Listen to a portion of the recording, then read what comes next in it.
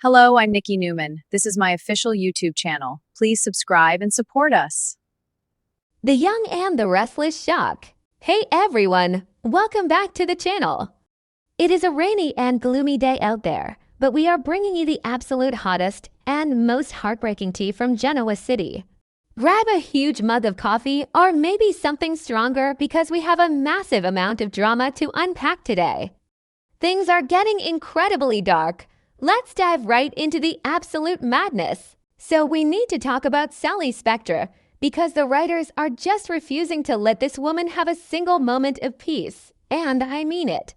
It is actually getting ridiculous how much pain they pile onto her. But this latest development is just raw, unfiltered tragedy. So let's back up a bit and look at exactly what went down.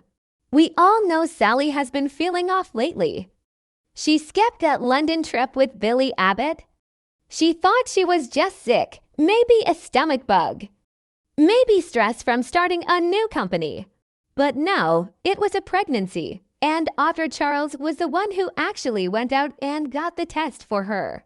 And Audra sitting there with Sally while she waited for the results was actually a really nice moment of sisterhood. Audra even opened up about her own past trauma. The miscarriage she had years ago with Noah Newman's baby. A secret she never even told Noah, so Audra knows the pain. She knows the stakes. And when that test came back positive, Sally was just a wreck. Because she remembers baby Ava. She remembers the absolute devastation of losing a child. And now she is pregnant again. And the father is Billy Abbott, a man who is basically a walking disaster area on his best days. But Sally decides to be brave. She decides to tell Billy the truth. She sends Audra away and she sits Billy down and she drops the bomb. I'm pregnant, and you would think Billy would be supportive. You would think he would step up and be the man he always claims he wants to be. But this is Billy Abbott we are talking about. And Billy Abbott never misses an opportunity to ruin his own life and hurt the people who care about him. But it isn't just Billy this time. Oh no, because Jill Abbott gets involved.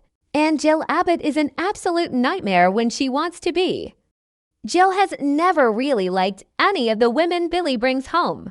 She always thinks they are gold diggers or schemers or just not good enough for her precious son. Even though her son is a total mess, so Jill starts getting in Billy's ear. And Jill starts asking questions, cruel questions, ugly questions. And Billy, instead of defending his girlfriend, actually starts listening to his mother. So the confrontation happens. Jill and Billy basically gang up on Sally, and it is just brutal to watch. They start questioning the pregnancy. They start doubting the timing. But then they cross the ultimate line. They question the paternity. Yes, you heard me right. Jill and Billy actually look Sally Spectra in the eye and ask her if the baby is even Billy's. They ask if she has been sleeping around. They ask if maybe the baby belongs to someone else, maybe Adam Newman again. And you have to understand the history here to know why this is so deeply insulting. Back in 2024, Adam and Chelsea slept together in Baltimore while Adam was with Sally and Chelsea was with Billy. That betrayal destroyed Sally. It broke her heart into a million pieces. She was the victim in that situation. She was the one who was cheated on. And now Billy has the absolute nerve to project his own insecurities and his own past trauma onto Sally. He accuses her of doing the exact same thing that was done to them. It is disgusting. It is hypocritical, and it is so incredibly insulting. Sally is just standing there, completely blindsided. She is furious. The anger just bubbles up inside her like a volcano. She is being called a liar and a cheat by the man who is supposed to love her, and by his snobby mother who thinks she is better than everyone else. Sally feels completely degraded. She feels like she is just a piece of trash on the bottom of Jill's expensive shoes. She tries to defend herself. She screams at them. She tells them how dare they question her loyalty. How dare they question her character after everything she has been through. But Billy just stands there with that stupid, confused look on his face. He doesn't apologize. He doesn't shut his mother down. He just lets the doubt hang in the air. And that is the breaking point for Sally. She realizes in that moment that she is totally alone. Billy doesn't trust her. He doesn't respect her. And he definitely isn't ready to be a father to this baby if his first instinct is to accuse her of cheating. So Sally does the only thing she can do. She runs. She storms out of the place. She is crying. She is shaking with rage. She feels suffocated. She just needs to get away from the Abbotts and their toxic, suffocating judgment. But she has nowhere to go. She is disconnected from the Newmans. She doesn't have a huge support system in Genoa City. So she goes to the only person who showed her any grace that day. She goes to Audra Charles. And Audra, to her credit, actually steps up. Sally shows up at Audra's place looking like an absolute wreck. Her makeup is running. She is hyperventilating. She is just a mess of tears and anger. And Audra lets her in. Audra sits her down. Audra listens. And Sally just unloads everything. He tells Audra about Jill's cruel comments. She tells her about Billy's weak, pathetic reaction. She tells her about the paternity accusations. The sheer nerve of them asking if the baby is Adam's or some random guy's. Audra is shocked. Even for a ruthless corporate shark like Audra, this is low. And Audra gives Sally exactly what she needs in that moment. She gives her sympathy. She doesn't judge her. She doesn't tell her to go back and work it out. She just validates Sally's anger. She tells Sally that she has every right to be furious. She tells her that Billy is a fool and Jill is a monster. And they talk about the trauma again. Audra reminds Sally that she survived losing Ava. She survived Adam's betrayal. She is strong. And slowly, after talking it out and getting that pity and that sympathy, Sally starts to calm down. The tears stop flowing so heavily. The shaking subsides. She takes a few deep breaths. She realizes that she can't hide at Audra's forever. She has to go home. She has to face reality. Even if reality is a complete nightmare right now. She thanks Audra for being a friend, a real friend. And she grabs her keys to leave. But the universe is just incredibly cruel to Sally Spectra. Because outside, the weather has turned into an absolute monster. It is a torrential downpour. The rain is coming down in sheets. The wind is howling. It is the kind of storm that makes you want to lock your doors and hide under the covers. But Sally is emotionally exhausted. She just wants to be in her own bed. She wants to be alone, so she gets in her car. And this is where the sequence just becomes terrifying. Sally is driving in the dead of night. The rain is pounding against the windshield so hard that it sounds like gravel. The windshield wipers are on full speed, just frantically slapping back and forth, but they can't even keep up with the volume of water. The visibility is practically zero. You can barely see the headlights cutting through the darkness. The roads are slick. They are covered in deep puddles. It is a dangerous, treacherous drive. But Sally's mind isn't fully on the road. How could it be she is replaying the argument in her head? She is hearing Jill's voice dripping with venom. She is seeing Billy's face full of doubt and suspicion. The anger starts to flare up again. The sadness washes over her. The tears start mixing with the stress of the drive. Her vision is blurry from the crying and the rain. She is gripping the steering wheel so tight that her knuckles are completely white. She is just trying to hold it together. She is driving down a winding road, a road with a steep drop-off on one side. A road guarded only by a metal guardrail, and she is going a little too fast. Not recklessly fast, but too fast for the conditions. Because she just wants to get home. She wants to escape. But you can't escape the weather, and you can't escape fate. Suddenly, the tires hit a massive patch of standing water. The car hydroplanes. It is that terrifying feeling of total weightlessness. The steering wheel goes completely loose in her hands. She loses all traction. The car starts to slide sideways. Sally panics. She slams on the brakes, which is the worst thing you can do, but it is pure human instinct. The brakes lock up. The car spins. It happens in slow motion and fast forward at the same time. The headlights sweep wildly across the dark, wet trees. The sound of the tires screeching against the wet pavement is deafening. And then, the impact, the car violently slams into the metal guardrail. The crunch of metal is sickening. The force of the crash throws Sally violently against her seatbelt. The airbags deploy with a massive, dusty explosion, punching her in the face and chest. But the guardrail doesn't hold. The angle of the crash, the speed, the slick road. The car breaks through the barrier, and it tips. The stomach-dropping sensation of gravity taking over.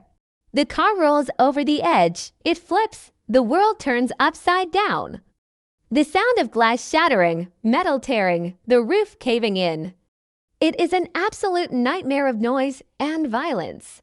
The car rolls completely over and slams onto its roof at the bottom of the embankment.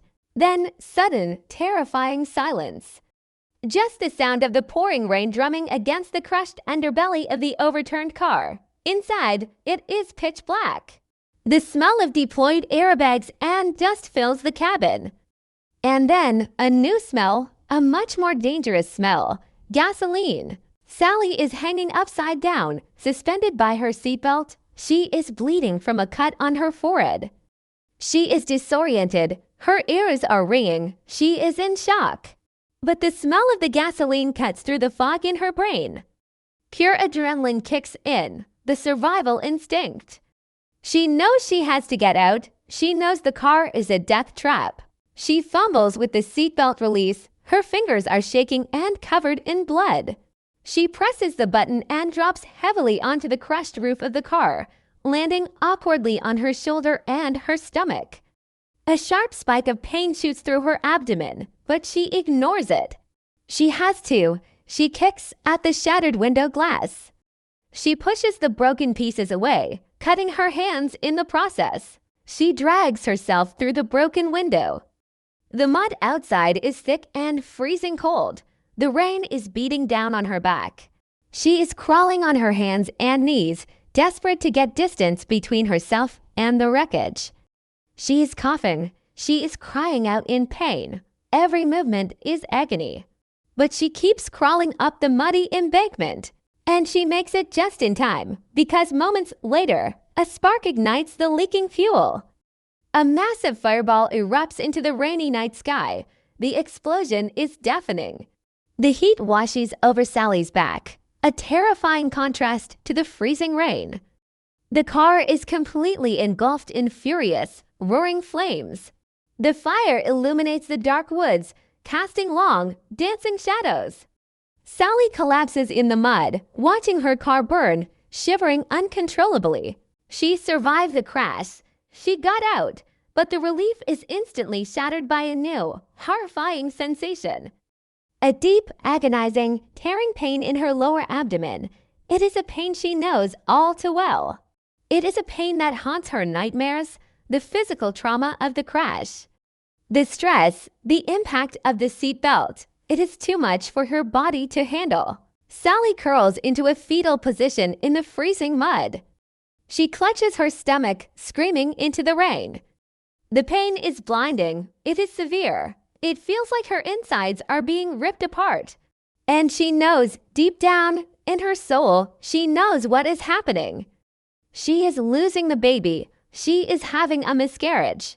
Right there, on the side of a dark road, in the pouring rain, watching her car burn, Sally Spectra loses another child. The tragedy of it is almost too much to bear. She lost Ava. And now she has lost this baby too. And her last moments with the father of this baby were spent being called a liar and a cheat. She was fleeing from his cruelty when this happened. The physical agony of the miscarriage is matched only by the absolute devastation in her heart. She is sobbing. She is bleeding. She is completely broken. The universe has taken everything from her again. She is alone in the dark, suffering the worst pain a mother can endure. And the question that hangs in the air, thick and heavy like the smoke from the burning car, is about Billy Abbott. Will Billy regret this? Will he regret letting his mother poison his mind? Will he regret looking at the woman he supposedly loves and accusing her of being unfaithful? Will he regret not stopping her from running out into the storm?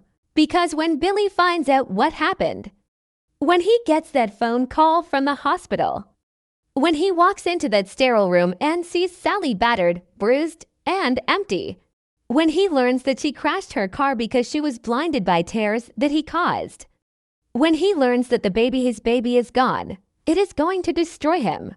Billy Abbott is a man who is already haunted by his past mistakes. He is a man who drinks to forget his failures, but this is a failure he will never be able to drink away. The guilt is going to consume him alive. He essentially drove her into that storm. His lack of faith, his cruelty, his weakness in the face of Jill's manipulation, it all led directly to this tragedy. If Billy had just hugged her, if he had just told Jill to shut up and get out, if he had just believed Sally, she wouldn't have run to Audra. She wouldn't have been driving in that storm. She wouldn't have crashed. The baby would still be alive. And Billy is going to have to live with that realization for the rest of his miserable life. And what about Sally? Will she ever be able to forgive him? How can you look at a man who doubted you in your most vulnerable moment, a man whose doubt indirectly led to the death of your child, and ever feel love for him again? The bridge between Billy and Sally isn't just burned. It has been blown to absolute pieces. This is going to change the entire landscape of Genoa City. Jill Abbott is going to have blood on her hands. Billy is going to spiral into a dark place, and Sally is going to have to find a way to survive the unimaginable yet again. We will have to see how she rises from these ashes, but right now, the pain is just too fresh and too deep. Stay tuned, guys. This is going to be a rough ride.